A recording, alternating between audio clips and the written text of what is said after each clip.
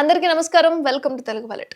ఓ దున్నపోతు రెండు ఊర్లు పొట్టు పొట్టుగా కొట్టుకుంటున్నాయి. ఇక ఊరు ఆంధ్రప్రదేశ్ ప్రాంతానికి చెందిందే, మరో ఊరు కర్ణాటక రాష్ట్రానికి చెందింది. కట్ చేస్తే ఆ దున్నపోతు తమదంటే తమదంటూ కొట్లాటకు దిగారు. దీంతో రెండు రాష్ట్రాల పరిధిలోని రెండు ఊర్ల పంచాయతీ ఇప్పుడు హాట్ టాపిక్ గా మారింది.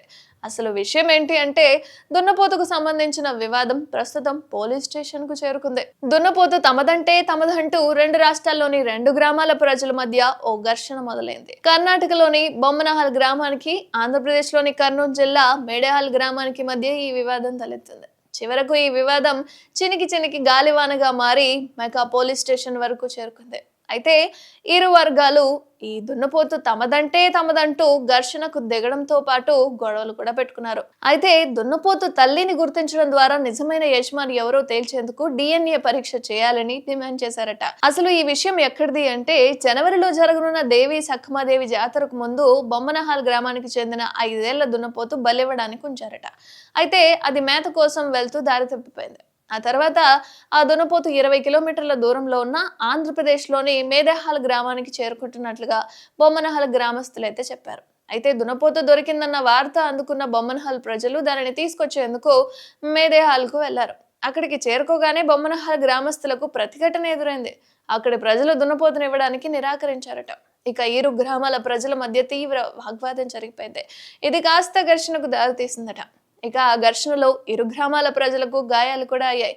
అయితే దున్నపోతు తల్లి తమ గ్రామంలోనే ఉందని బొమ్మనహాల్ ప్రజలు చెప్పుకుంటున్నారు. అయినప్పటికీ కూడా మేడేహాల్ ప్రజలు ఈ దున్నపోతు తమ గ్రామానికి చెందిందని దాన్ని ఇవ్వడానికి నిరాకరించేశారు. అనంతరం రెండు గ్రామాల వారు మైకా పోలీస్ స్టేషన్ లో ఫిర్యాదు చేశారు. ఇక దున్నపోతు ఏ ప్రాంతానికి చెందింది, దాని తల్లి ఏది అనే విషయంపై కూడా ఇరు వర్గాల DNA పరీక్షను డిమాండ్ చేసేశాయి. ఇక బొమ్మనహాల్ కు చెందిన బసవంతప్ప దిండిగల్ మాట్లాడుతూ, తమ గ్రామంలో ప్రతి 5 ఏళ్లకోసారి సఖమాదేవి జాతర జరుగుతుందని, ఆ సమయంలో ఒక దున్నపోతును బలిస్తారని చెప్పారు. ఇక బలివ్వడానికి ఉద్దేశించి దున్నపోతును మేడేహాల్లో ఉందని పేర్కొన్నారు.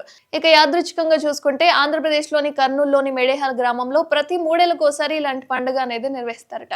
అక్కడ కూడా ఒక దున్నపోతును బలిస్తారట. గ్రామాల మధ్య శాంతియుత పరిష్కారానికి మెగా పోలీసులు సహాయం చేస్తారని ఆశిస్తున్నట్లుగా బొమ్మనహాల్ గ్రామస్తులు అయితే పేర్కొన్నారు. అయితే ఈ విషయంపై స్పందించేందుకు పోలీసులు కూడా నిరాకరించేశారు. కాగా ఈ ఘటన ప్రస్తుతం సంచలనంగా మారిపోయింది. ఆ దున్నపోతు యొక్క DNA వస్తే తప్ప వ్యవహారం ఇంకా సద్దుమణిగేలా లేదు.